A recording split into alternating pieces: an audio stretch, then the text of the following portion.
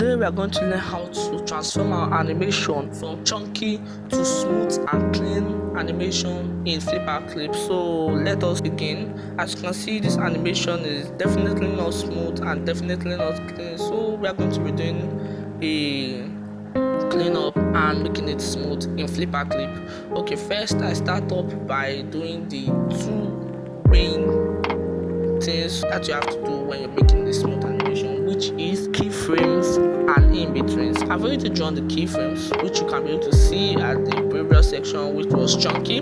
Now I'm going to be adding the in-betweens that is going to make it so smooth and interesting.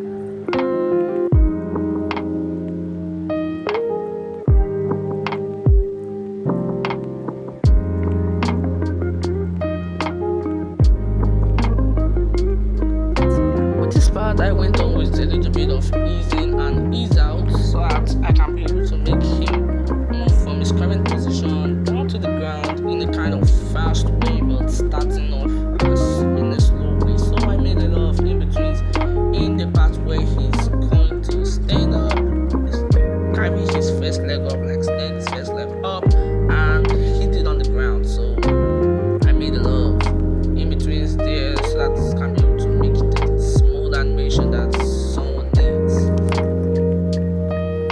Okay, right now I'm just putting in some small more in between so that I can be able to make the animation more better and smoother. So I'm just gonna break up the space.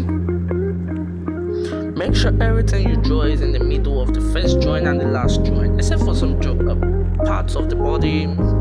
That is on some occasion. So as you can see, I make it hit the ground in a very fast pace, and if you actually know the 12 principles of animation, you will know that whenever something hits the ground, it goes down a little bit more so that it can be able to have that kind of squish effect. You understand, right?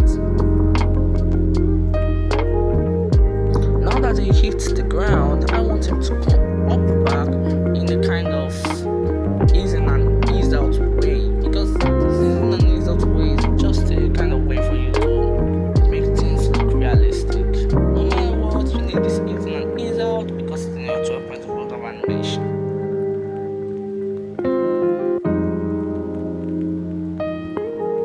And this is the time when you put ease out in the cake so that can be able to have that type of smooth feeling.